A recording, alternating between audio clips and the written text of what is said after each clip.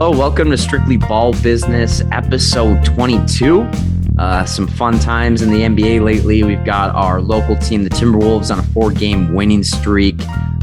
We've got some turmoil going around the league as well with teams like the Pelicans and Rockets. And the topics that we've got today specifically, however, is Cade Cunningham's progress. Obviously, he struggled a little bit from the shooting department early on, but he's had a good stretch of games here, and he's still providing an impact in other areas.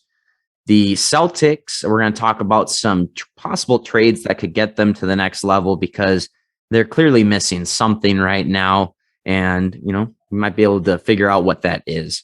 And as well, we'll talk about the Rockets' young core, a team that we had slightly higher expectations for this year. I mean, we knew they'd be pretty bad, but I was hoping to see a little bit more development at this point. And we'll dive into some of their good players, show what they've done so far this year, what they can do moving forward.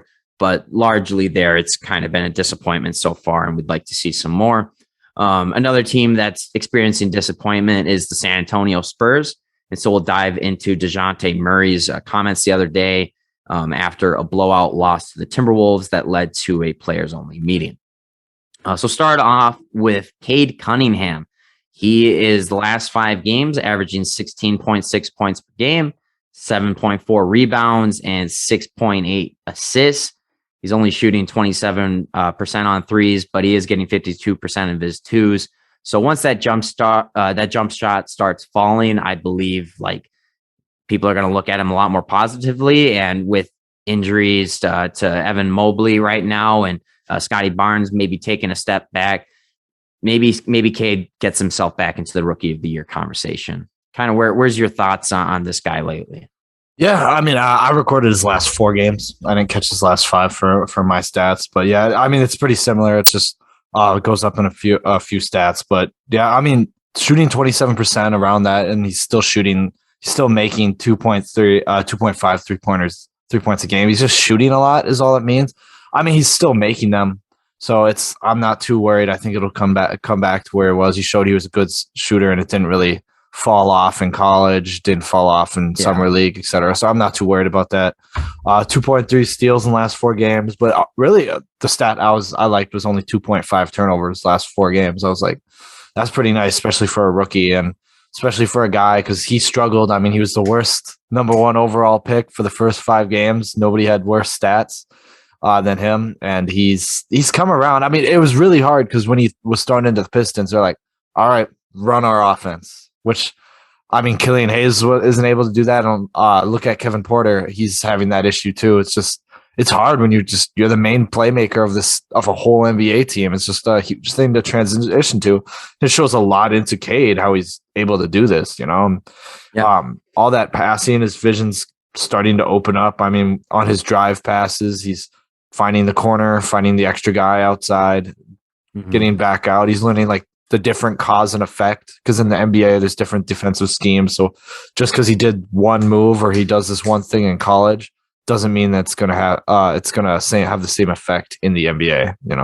So I'm really impressed by how he's coming. I mean, you and I talked about this a lot. He wasn't just drafted because he could be really good. He was drafted because he could improve. He's shown in so many facets, shooting, defense, that he's that people had doubts about it when he went into college about shooting, and he got better. Defense, they were talking about it during the college season, got better. And I mean, you don't really get to see his defense at all showcased on this roster. I mean, they're such an inconsistent team, and he does what a best rookie can do, just stay in front of him. But on losses, they have he has a 92.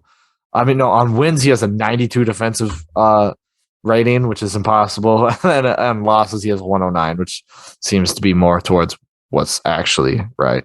So we'll have to see more. Yeah, I mean, not a whole lot of wins, so that's sample size is small. I like what you said in terms of he's a guy who can grow and keep getting better. I think that is a testament to his mindset. He's already proven that he's one of the best leaders on that Pistons team.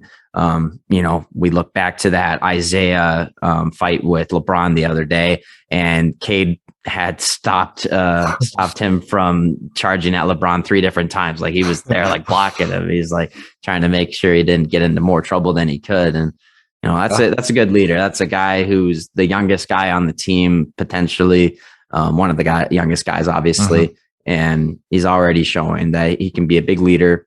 And he wants to get his teammates involved. Obviously, 6.8 assists per game the last few games. I like that a lot. To those 2.5 turnovers, that's a decent ratio. And I think, as his teammates hit more shots, those numbers will just go up. So he's got a couple of decent guys next to him. It'll be a bummer if they trade Jerami Grant, just because like having a solid veteran next to Cade is helpful. And I get it from like the one instance where it's like, well, we just want to get picks, get younger, whatever, continue to build assets. But it's also like, well, having good talent is valuable too, alongside your young guys. Yeah. I mean, Jerami Grant's only 28, 29. It's not that crazy of a timeline. Sure, he's on a different timeline, but give him like, if 2 or 3 years they're competing, he'll be 32, 31. He signed there willingly. So you shouldn't feel bad about, like, if you're the Pistons, you shouldn't feel bad about like whether you're wasting his time, because he willingly went there. Yeah, but he's not even disgruntled now. Like he went into the situation knowing what the situation was. Like he actually likes it. He likes being that veteran. He likes being the number one. I'm sure he does. Obviously. I mean, he wanted to get more recognition, because when he was in Denver, like people viewed him as just another cog in the wheel, another role player. But now on the Pistons, I feel like more people look at him like, oh, this is a legitimate starter, a guy who could, maybe make an all-star season at some point. You never know. And I think that's what Jerami Grant was looking for. He wanted the perception on him to change a bit, and kind of reset who he thinks he is. Okay. Yeah. But kind of back to Cade. I mean, I just think it's important to have a big time teammate like that next to him. And in terms of Cade's growth here, I think it's just going to continue getting better as the season goes on, because like you said, in college, he only got better. I think that jump shot's going to start falling again. So it's only a matter of time. Yeah, I'm not too worried. I was a little worried about him, but the games we've seen, I'm like, he'll be fine. Like, Pistons fans don't have to worry. You can unclench. He'll be okay. Yeah. You got anything else to say on Cade? I think I just blew by most of my notes just in that one monologue. There you go. Well, we'll move on to our next topic here. A team that is a little iffy coming out to start this season. They're very top heavy, but they've also dealing with some injuries right now. The Boston Celtics potentially should be looking to trade for someone to bring some new talent in here. And we're going to break down who that could be to get them over the edge. Somebody that I actually have on this list, we were just talking about, Jerami Grant. If the Celtics can find a way to put together a package for him that the Pistons would be willing to accept, I think that would be decent. Obviously, I think the Celtics need a pro guard, a star guard, more than they need a forward. But we're just going based on what we hear is available too. Yeah, I mean, when you have two all-star or superstar forwards or wings next to each other like that, you really need a solid playmaker to pull them together. And I like Jerami Grant. He could fit if they had a main playmaker like that. They thought it could be Marcus Smart, isn't him. Dennis Schroeder showed some, but it's not him either. He couldn't even be that on the Lakers, who's stacked all near the same situation. Two forwards, talented forwards there. But they really need a main playmaker, and I don't know what it could be. I mean, I got two fringe trades where it's like just throwing talent there, seeing maybe this will change. And I have two that are kind of big trades. So, all right, let's hear them. What's your first one? So the first one is the Celtics get Seth Curry, and they give away Dennis Schroeder, Jabari Parker, and a second-round pick. Yeah, I don't see why the Sixers would trade Seth Curry. He's been awesome for them. I mean, it doesn't make any sense. I feel like they need shooting more than anything too. I can see if they if this was closer to like if Ben Simmons ever got traded and they got back a not that good of a defensive guy, and they just didn't want to put Seth Curry next to an already bad defensive guard that they pull out, or I could see them being like, all right, well, let's get, not that either of these two players are good at defense, but let's just get a little more for rather than just having Seth Curry. So I don't know. I don't see it in their timeline. I just saw him and I thought he would be a good fit next to these two guys. And this was the best offer they could probably give to him. Yeah, you're right. It makes sense for the Celtics. Doesn't make sense for the Sixers. I feel like if Sixers, if they kept struggling and like Embiid didn't play enough games and they were in danger of missing the playoffs, maybe they trade Seth Curry and they get a first round pick back. But yeah, what's your other one? I got three more. All right, what's your next one? So next one is actually this one kind of makes a lot more sense. It doesn't really fix any problems, but it's a Terrence Ross for Josh Richardson swap. Mm-hmm. They get a guy who can obviously make offense. They get a 6-man type role, and Josh Richardson. Magic get a decent veteran who can come in, play some defense.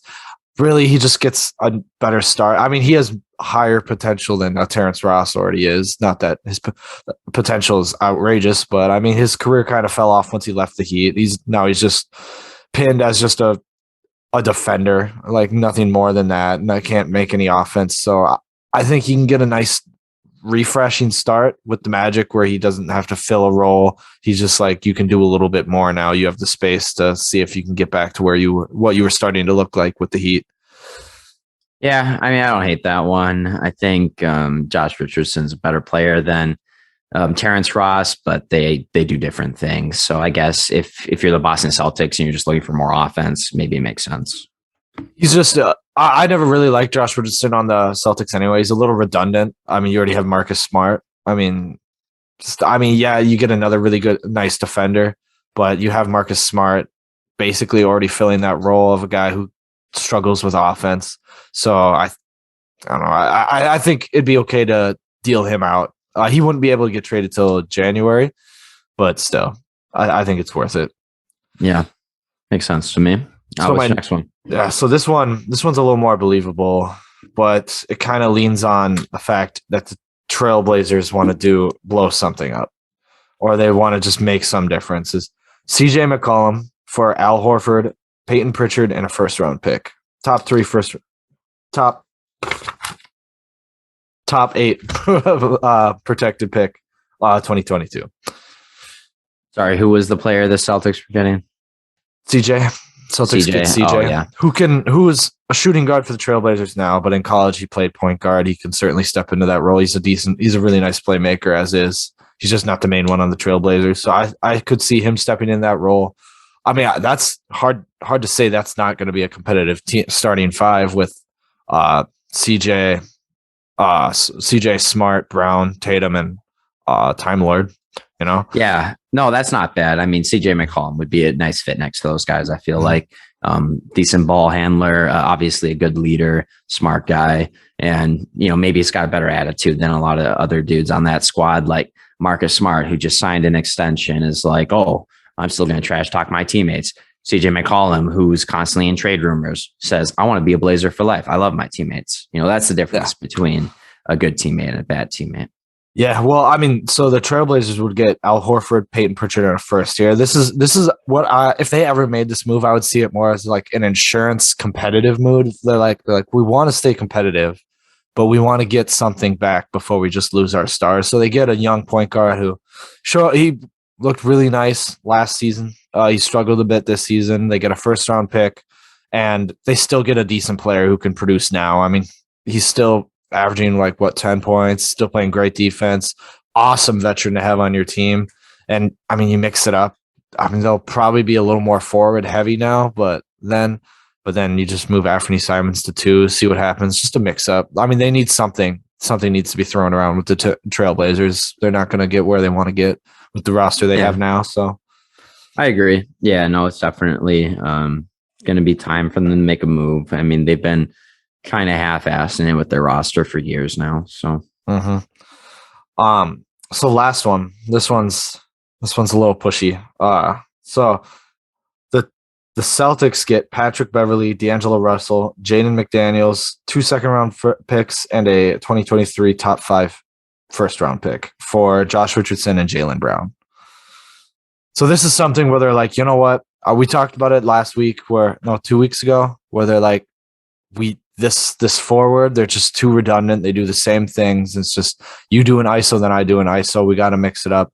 They get a decent playmaker. They get two really nice playmakers, two starting caliber power forwards, and Pat Bev and D'Lo. They get a nice piece who could be young, Jaden McDaniels. They get some picks. We know how much. Not even Danny Ainge anymore, but Brad loves picks. So, and then the Timberwolves get a defender, and they get a new better star, but then they get a guy who he could fit into the Timberwolves a little better with his playing defense. So I see it more on the Timberwolves as a win. I do see the Celtics if it's just come to a frustration point and they're like, this isn't working with those two stars. It's too early for this. Maybe if this was like a year or two down the road and they're still the same team, I'd be like, all right, this is more likely. But this is more of a I don't see Jaylen Brown getting traded this year. And then in terms of D'Angelo Russell in a couple of years, it's like I don't see D'Lo on the Wolves probably in a couple of years, unless like we have a lot of success, unless the Wolves have a lot of success this year. So I don't really see that being an offer that can be there in a couple of years either. But I don't hate it. I mean, it kind of depends on what the Celtics would want to do, but I feel like in general, their fans would be like, we need to get a better player than D'Angelo Russell as the headliner in return for Jaylen Brown. Yeah. I mean, D'Lo's he had a slow start to the season, so it's kind of left a bad taste in everyone's mouth. But the last few games, he's been looking really nice. It's really just the box score a lot of the times that makes D'Lo look like he's having bad games. He's actually playing solid defense, and he's been facilitating really well. Mm-hmm. He has had some dumb turnovers early in the season, but the last few games, I feel he's cut down on that. And really, he's just missing his jumpers right now. And sometimes those fall in bunches for him, and he has like an awesome game. So we're just kind of taking it for what it is right now. And I think no problem. D'Lo will figure it out here soon. It's just kind of in his head at the moment. Yeah, no doubt a streaky player, but I do think he would add to the offense and certainly be at least the primary playmaker they would want next to Jason Tatum. Yeah, a couple of other guys I put down here that are probably more realistic without giving up a ton for the Celtics. Karis LeVert on a high-end player. That would be really great for them, I feel. Except for I thought about that too. He just can't get traded this year because of his extension he signed. So it would have to be next year. Sure. So, I mean, that could be a good target in the future, though. Buddy Hield is a guy they could get if they just need to get some raw shooting, get some talent in. I don't think it would be anything crazy for him. I mean, maybe even just swapping him and Marcus Smart might be a good idea, to be honest. And then one last guy that they could just get for free is Devante Graham if they just need to get a body in the building. Yeah, I thought about Devante Graham as like at least a nice playmaker, but when you already have Dennis, he's more or less just Dennis Schroeder's just not as good of a shooter, but he's at least the same amount of playmaker. I see them in the same way, so I don't know. I thought about that too. Mm-hmm. So yeah, no, I mean they could go many ways. Yeah, they just have to do something for their for a point guard. I really think that's what they're missing out. I mean, they were with basically the same roster with a healthy Kemba Walker and with a healthy Kyrie, they were nearly unstoppable. So that's what they need. Yeah. They just need a really nice playmaker at the point. Yeah. I mean, Kyrie Irving, if he wasn't mentally, psychotically deranged, like maybe it would have been a great fit with the Celtics and he would have stayed long term. And we could be looking at a dynasty type of team right now, but you know who he is. So let's move on here. We're going to talk a little bit about the Rockets' young core. They are struggling so far this year. At times, guys like Alperen Şengün aren't even getting plenty of minutes. So it kind of makes you question Stephen Silas's commitment to developing these guys when that's all that matters. But let's start out just talking about individual players here. Obviously, the headliner of their team is their number 2 overall pick, Jalen Green. What do you got to say about his performance so far this year? So Jalen Green, he started off, has had a lot of trouble with the size of the NBA. It's shown he gets in the lane and he just has no plan. Like he thinks things are going to happen the way he thought, doesn't, and then he just kind of turns it over, or just shoots up a wild shot. but he has shown flashes that he can be a really nice player. Especially, I see him when he has these really nice games, really nice shooter. I see him as like a better CJ McCollum. Could be a ceiling, and I really see that. I think that's certainly reachable for him. He could certainly get better than that, but that's just what I'm seeing from this season so far. I mean, he's come out to be a really nice shooting guard as is. He's 61% on catch and shoots. He's taking a little too many step backs for a rookie, so I'm a little if you like reel it back a little bit because they're playing so undisciplined. But then he doesn't commit to just putting all the young guys out there, Steven Silas. So I'm with you there. It's just a little confusing, but I'm not too worried. I think he should get up there. I mean, he has the full offensive package. He's athletic, he's got some teardrops, can finish in the lane, take people off the dribble, certainly can hit shots. Just needs to get a little more consistent. Yeah, sometimes Jalen is too focused on being swaggy, and he needs to focus on the fundamentals and getting the ball in the basket, and then the swag can come afterwards. So, I think that's just maybe a factor of the guy dominating every level he's been till now and needs to adjust.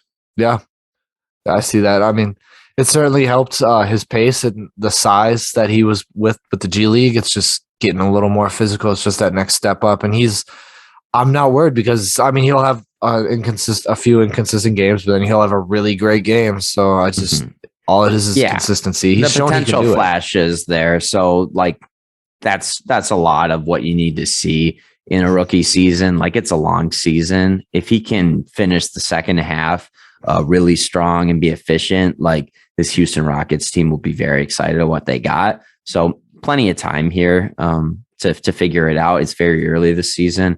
But another guy who I was expecting to give us something more early this season, and he just hasn't, is Kevin Porter Jr. And the turnovers is a big factor for that.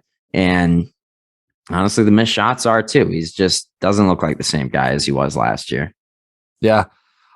He started off, I mean, last year he did have a little more veterans on the team and it helped him out a lot. Now it's just kind of young. All they basically have is like Daniel Tice and Eric Gordon. I mean, and Christian Wood, but Christian Wood's kind of his own thing. I don't really think of him as a veteran yet. I mean, he played for the Pistons for a little. He doesn't have that veteran mindset. He hasn't been winning. Yeah, I mean, it's tough to call him a veteran. Like he's a guy who's probably more focused on himself than bettering other guys. Yeah. Plus, he's only like 26, so 26 or 27, I forget. But he was almost part of the young core as is. So, yeah, he came into the league. He's like, I'm going to average 10 this season. I'm going to average 10 assists a game. Just hasn't made that jump. Yeah, 4.2 turnovers, career high, only 1.5 assists. Shooting splits of 36 from the field, 30 from three, which you want to be better, and 64 from the field. It's not looking that great. I mean, 46% true shooting. At least there's 57 around the basket, but he just doesn't take it in. He's taking all these mid-range, these contested threes. Looks like they gave him the keys to the offense, and he's just kind of not fumbling. Not showing out like he's supposed to. I mean, looking a lot like Michael Carter Jr. in certain ways. Michael Carter. Wait. Yeah, you got it. Michael Carter Jr. in a lot of ways. Just about half of his shots are coming from three, and it's not even that great. I mean, his catch and shoot is 46% at least. Just when he's not handling the ball and other things are happening. Yeah, he's putting up lazy contested shots, and he's just not being a very good team player right now. Yeah, he has 18% on assisted 2-pointers. So that's driving or pull up twos. 18%. That's not much. Yeah, and that's off of a pass, is what you're saying. Yeah. So even then, like you would think he should be open enough to make the shot. Ideally, if he's making a good cut to the rim or something else. Yeah, I don't think I'm not saying he's a dead end or anything. I think he certainly has all the potential. I just think they went into the season too young. They didn't have enough. Veterans, they decided not to play John Wall at all this year. Yeah. Like, I don't know if that's something that's impacting them. Obviously the only veteran they brought on board this year was Daniel Tice, who, don't get me wrong, solid veteran, but realistically they're probably going to trade him at the deadline anyways. So yeah, I mean, if they ever trade him, they're going to free up some minutes for our next guy, and which I think is what they should do anyway. But to finish off Kevin Porter, he would have learned a lot next to John Wall. I mean, he did do a lot better last season when he was playing with John Wall. So I'm like, yeah, I get like you wanted to trade him for something else, but he does. But, like, we knew they weren't going to be able to trade him either. He's still on the team. Like I saw a report recently that this is likely heading toward a just benching him for the whole season type of thing. And it's like, well, yeah, that's, we had a video about that earlier this year. I predicted that's what was going to happen because who the hell in their right mind was going to trade for John Wall's $44 million contract guaranteed through the next 2 years? Like, no one was going to do that. So, like, you might as well use him unless, like, he obviously probably wanted to get out too. But, like, I don't know what the point of not playing at all is because, like, I mean, these guys aren't really developing. So, yeah, they'd have to probably, like, the only thing I could even get close to thinking of is, like, attaching a pick and maybe another player in John Wall for Al Horford, because Al Horford's shown that he can play better right now, and John Wall hasn't played. And Al Horford would be nice to have on that team, and John Wall, you'd at least get that playmaker, throw back. But I don't know. I just doubt he'll be traded. Yeah, I don't see any team going for that. They're going to be like, nah, we'll wait for you to buy him out. Yeah. Especially in this climate. Yeah. So moving on, you want to talk about Christian Wood or Alperen Şengün? I'll talk about Şengün. Now that we're talking about, so Daniel Tice is taking all of his minutes and he's been getting very little minutes, and this is like the crime of this team because he's doing pretty well. Absolutely. 8.8 points, 4.7 rebounds, 2.1 assists, 1.2 steals, 47, 41, 66 shooting splits. Free throw could be better. Couldn't ask for much better with the free throw, field goal, and shooting. He's got some good post moves. He can drive to the rim. Yeah, he's looking awesome. Not a terrible shooter. He's really nice shooter. Only 19 minutes a game with 6.2 shots. He's looking really nice, and I don't see why he's not in the starting. I mean, put Christian Wood at center and him at power forward. It's not like you care if your defense is going to work out right now. Let it happen. I mean, he's not that great of a defensive player. Yeah, it's like, are you competing or developing? It's one of the other guys. Like, yeah, just one of the other. Have him in there. And I mean, only 49% around the basket. That's a little troublesome for a 6'10" guy, but let him figure it out. He's also young. He's skinny. Like, just needs more size. When you've only got so many minutes, I mean, you've only got so much time to try out new moves, figure out how you can get to the rim. So I think, for him, it's really just he needs more opportunities. Yeah. And he does need to be better at rebounding. He's 12% in rebounding, which is pretty bad for a 6'10" guy and for a power forward. Our NBA average is like 27%. So typically you want a big to be obviously better than 27% as a big, and he's getting 12%. It's not good at all. So you want to see him do a little better than there. But I mean, he's not gonna learn if you don't play him. Exactly. That's what it comes down to. I mean, we talked about this for years, and I ripped on the Magic for it for years with Steve Clifford not giving their guys development. And, here we are, year 5 of Mo Bamba, and they're finally giving him playing time. They're like, oh, he's looking good. Yeah. And it's like, before that, they were like, oh, we don't know what we have in Mo Bamba because we haven't given him enough playing time. And it's like, wow, I don't know what you guys could do. I don't know how you could do what you could possibly do to fix that. I know. Like, you spent a high draft pick on a guy, 5 overall for Bamba. I think for Şengün, it was 12. 11 maybe. I mean, it was pretty high. Maybe 15. Somewhere in there. I don't know. I'm just throwing numbers 14 comes to me. but 14 comes to you. All over from 11 to 15. Somewhere in there. Either way, he was a top half of the first round, and he was an MVP of the Turkish league. This is a guy who's got talent. Like, give him some damn playing time. You spent 4 first round picks this year. Do you want to go buy a whole season and be like, well, I guess we really don't know what we have in these guys because we hardly played them, but we'll play them next year. Yeah. I swear. Yeah. Poor guy. Free Şengün. Free Şengün. Hashtag free Şengün. Any other guys you want to touch on? I talked a little bit about jae'sean Tate. I mean, he was pretty impressive towards the end of the season last year. Yeah. Right now, 11.4 points per game, 7.1 rebounds. Really nice rebounder for a wing. 1.8 assists, 48 from the field, which is fine, but 28 from three and 73 from the line. He really was looking like a really nice shooter, like a 3-and-D type guy. He could turn into a 3-and-D type guy last season, and he's taken some steps back in shooting. He's not as aggressive scoring. It's sure. Especially with the free open lanes that everyone has, or like the open possessions, literally anybody can take it and score it. It's a little weird seeing him not score as much. Sure. But he's a really nice effort player. I'm sure he'll figure it out. I hope he'll figure it out because he looked really nice. He had that proof of concept he could do it, so now he just has to do it again. Looks like a polished shooter. Really nice on the offensive boards. He could fit a PJ Tucker type role if he got a lot better at defense, but he could also just be the PJ Tucker of offense for people. So we'll see. Yeah, we'll see what happens with him. I like him. I like Kenyon Martin Jr. as well. He's a guy who has got some good grit, and he can get up pretty high too. So I'd like to see him improve as well. Josh Christopher is a guy with some shooting potential, and I think, maybe there's something there. Obviously, not all of these first round picks are going to work out. That's why they're using multiple of them, because a couple of them should work out. That's what a rebuild is. You just accumulate a few of them, and you're like, all right, let's see what happens. We're going to see who comes out of this, But yeah, that's the Houston Rockets. Hopefully we see some improvement on them this year. Otherwise, might be an early firing for Steven Silas here soon. Yeah, I hope not. He had a lot of potential going into it. A lot of people were really happy about the signing.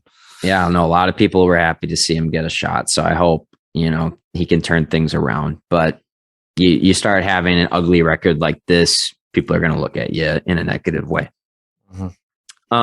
Moving on to a team who is struggling this year, somewhat unexpectedly. Their roster isn't great, but they have one of the best coaches of all time. So, we thought maybe they could gun for a play-in spot, but it's looking like that's just unrealistic at the moment. With the San Antonio Spurs, they drafted our guy, Josh Primo, early this year. They've got tons of young guards, and one of them, who is their leader, Dejounte Murray, had some comments after their game the other day, if you want to dive into that, Dalton. Yeah, so there's a report from Tom Osborne from the San Antonio Express News. So he had a few quotes from Dejounte Murray in an interview. The first one was, we probably had a couple of minutes where we competed, but other than that, we didn't compete. This was after the Timberwolves game. He said they were physical, pushing guys around, getting fouls. You don't want to come out and hurt guys with flagrants, but we just weren't physical or competing. It's on our end to do it. So he was pretty frustrated. They lost by like 20 or 30 that game. It's frustrating for him both, but it was his second one that actually was like more of the, okay, what's happening? This is probably what led into that play, that players only meeting they had. It was like I told my teammates, we walk on the plane, the buses, the locker room outside of our job. But when we get on the floor, it's like everyone's scared to talk to each other. It's a lot of fixable things. It's going to start with us. You get tired to saying we are right there. We were so close, and then it's this stuff, same stuff over and over. Yeah. So it's the same. So he's a little frustrated. Like a lot of communication's gone, and like with a pop team that kind of holds it all together. That their defensive scheme is like he's always had nice defensive players, but the big part of it is like the communication. How like they can say who call out the rotations as they happen.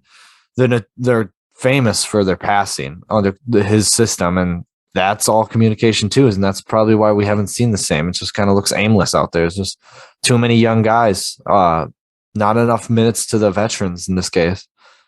Yeah, Thad Young hasn't been playing much, and he's a guy where it's kind of like a question mark why he's even there right now.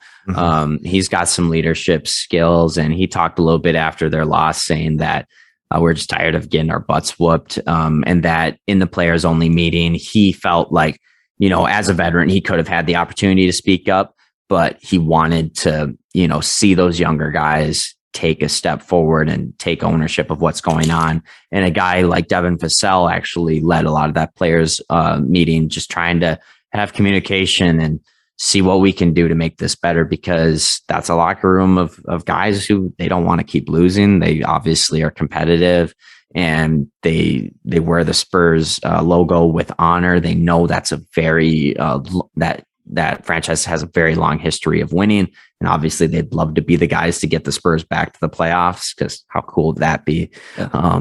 But it's just tough right now. Very young squad, and a lot of them play similar positions. So it's like, is there maybe some internal competition where these guys don't feel like they're as much as teammates, and maybe they're competitors with the other guys next to them? I don't know. Maybe that's not a good situation right now.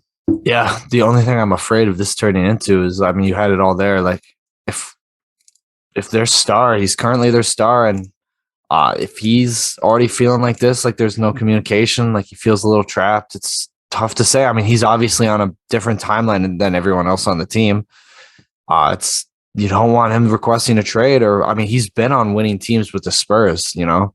So who do you mean? Dejounte Murray, yeah. Has he been on winning teams with the Spurs? Yeah. This is his fourth year, right? Yeah. Yeah, it was his rookie. At least still had Aldridge. I think his rookie year. That's true. He has played with DeMar the last few years, and he had Aldridge when he was good his first couple of years. So, so like he has that taste. He wants to go back to the playoffs, and a guy like that. I mean, I know he likes being with the Spurs. He loves being there, but frustration is frustration. I mean, look at Cat. Like, you can only play so long with a team, you know.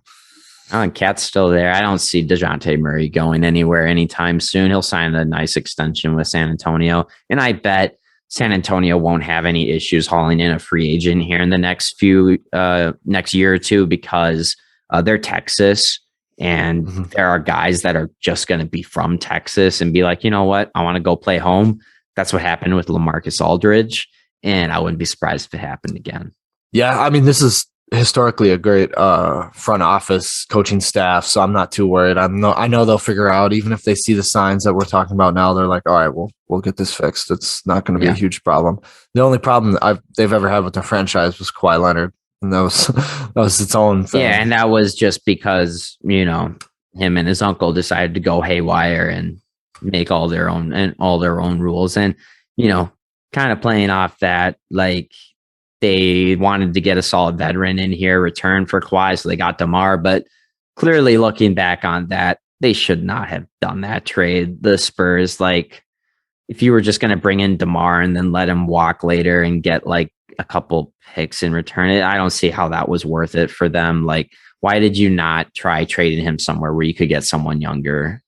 Well, I remember because the year before they made the playoffs, and they had a really nice series with the Rockets that first round with LaMarcus Aldridge leading them, and that was without Kawhi. That was the year Kawhi was out, and that was where all that turmoil happened. And they made the playoffs. They were like the 6th seed, 6th or 7th seed, and they gave the Rockets some trouble. So they're like, oh, you know what, we did well, like, without Kawhi. We're going to add DeMar DeRozan, and then we're just going to come back to the playoffs. Because like that, I remember at the time, I'm like, this could be like the best win-win trade ever, because neither player, like, Raptors get an upgrade, and the Spurs get a guy who didn't even play. Get a guy to fill somebody who didn't even play the year where they went to the playoffs. But it just didn't happen that way. They didn't make the playoffs. It wasn't a good fit. But I could see why they did it in the first place in the time of it happening. But in hindsight, I just feel like they just put too much value on getting a current player who could play as well for them, when it's like, usually when you trade a star like that caliber, you're not going to get a guy who can play as well coming back. So like, yeah, they took the best player they could get in DeMar DeRozan, but, you know, maybe it made more sense to get a guy like Ben Simmons, who was young at the time, or, you know, someone else who could have been a good fit, maybe a Jamal Murray or something. I don't know. Even from the same team, they could have put some salaries together and got Pascal Siakam. Yeah, there you go. I mean, like, they would feel really good right now if they had Pascal Siakam. Yeah. But it is what it is. Greg Popovich and their team, they wanted to keep winning games. Greg is getting close here to having the most wins as a coach in NBA history. So looking forward to that. And hopefully the Spurs can turn around here somewhat of a degree. I don't want to see them just bottom out and have a terrible season, because I think they've got some potential to be more fun than that. Mm-hmm. Do you want to talk about anything about Luke Walton? I know how much you hate him getting fired.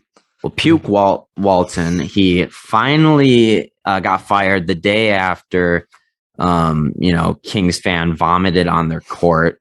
So clearly that was the final straw. I think the Kings, they were pretty adamant on wanting to make it to the end of this contract, because like each of the last few coaches they've fired within a year or two and still had to pay them their full contract. So I think with Luke, they were just like, we got to make it to the end. We just have to. We can't have any dead money here. But like, he's clearly been awful, and he should not be a head coach. He's over his head, and he's lost this locker room, and his rotations they just make no sense. And the Kings' problems are much bigger than Luke Walton. Like, he needed to be fired, but they just lost yesterday to a 76ers team that was without Joel Embiid, Tobias Harris, Seth Curry. I'm pretty sure they were without another couple of guys too. I saw that the highest paid player that played yesterday for them was Furkan Korkmaz with $4.8 million salary. And they beat the Sacramento Kings, who were full strength. So that tells you all you need to know about where the Kings are at right now. And they're on a bad losing streak. And, now all of a sudden, everyone who's loved De'Aaron Fox and said, he's untouchable. Now it's like, well, now all of a sudden he's touchable. Maybe we should trade De'Aaron Fox for Ben Simmons straight up.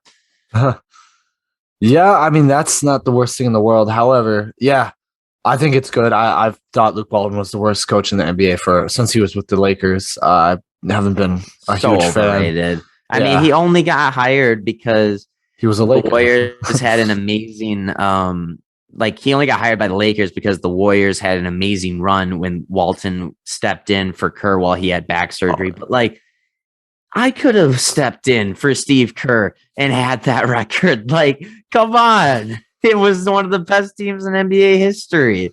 Yeah. Had nothing to do with Luke.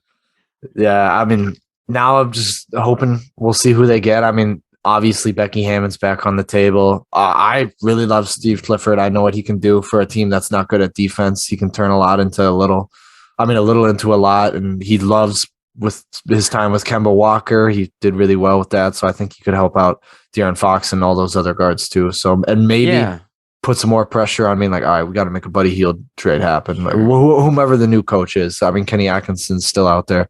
He's more of a developmental coach, but there's a lot of options, and I'm excited to see who they can come in and hopefully give them a needed change. No, Steve Clifford could be good. Maybe they try someone new as an assistant on some other team that we don't know about. Obviously, David Vanterpool has been a name thrown around NBA circles for a few years now.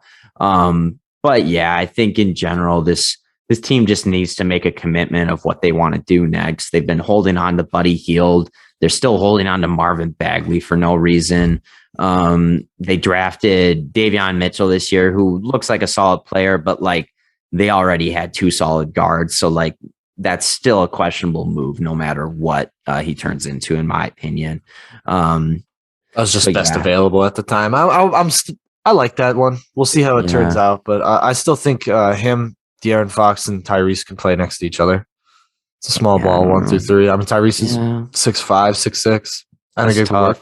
And you get a star power forward or center, because Rashawn Holmes is good, and him and Tyrese Halliburton have a really good connection. But he's serviceable. I mean, if you're going to start 3 guards, you're going to need to find some good defender at the big. Rashawn Holmes is a serviceable center. He'd be a really nice center on the Warriors or the Nets or the Celtics. He's a serviceable. He'd be a great backup center. He'd probably be looked at a lot differently if he was on those teams, if we're being honest. If he put the same stat line on the Nets or the Warriors, people would be like, he's a star.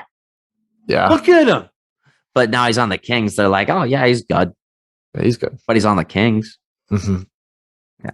I mean, that's just the perception in the NBA. They got to win games to be considered great players, unfortunately. Unless you're Luka or Trae Young. You're just good regardless. Yeah, or Lou Dort. Same category. Yeah. But yeah, that's what I got on that. I mean, right now their interim coach is Alvin Gentry, which is like, kind of funny that he's already a head coach again after getting fired from the Pelicans. Like, I guess he probably knew he was gonna possibly get an opportunity as interim. So he's like, sure, I'll go to the Kings. Luke looks like he's about to get fired. Honestly, I'll be super disappointed if they're like, we'll just go with Alvin Gentry. I'm like, dude, did you watch the one? Did you watch it would be the most Kings move ever, right? It would. They'd be like, if they finished like say they finished the year like winning 8 out of their 10 games and they still only got like 32 wins, the Kings would be like, oh, we have to extend this guy. This is the best coach we've ever had. Yeah, I don't know. Just we'll see how it goes. Yeah, I mean, I want the Kings to be good. I'm as a Timberwolves fan, you as a Magic fan, we have been right there with the Kings, bottom of the conference for years. We know what it feels like to have this type of pain and not make the playoffs for such a long time. So I want them to get out of this. I mean, it's a bummer, but it all starts from the top. Their ownership, their general management has been shit for years. They passed on Luka just because they didn't like his dad and they weren't sure if he was going to translate from the Europe to the NBA, even though everybody else thought he was going to translate just fine. That move is going to haunt them forever. Yeah, I mean, they even could have just had Jaren Jackson Jr. Like, wait, yeah, or Trae Young, or Trae Young. Yeah, they were the second overall pick. They could have had anyone not named DeAndre Ayton. Yeah, it's rough. It's rough. It's fucking rough. Could have had Mo Bamba. Could have had Mo Bamba. He'd be better than Marvin Bagley. Yeah. All right, man. Well, let's wrap it up here. We had some fun topics today, discussing some struggling teams as well as some players that are on the rise. So let's see what changes here in the next week. It's Thanksgiving this week, so hopefully our players start eating up, huh? Especially Mo. All right, man. Well, we'll leave it at that. Strictly Ball Business episode 22. We'll see you guys next time. Please subscribe, by the way, YouTube, as well as our Spotify and Apple Music.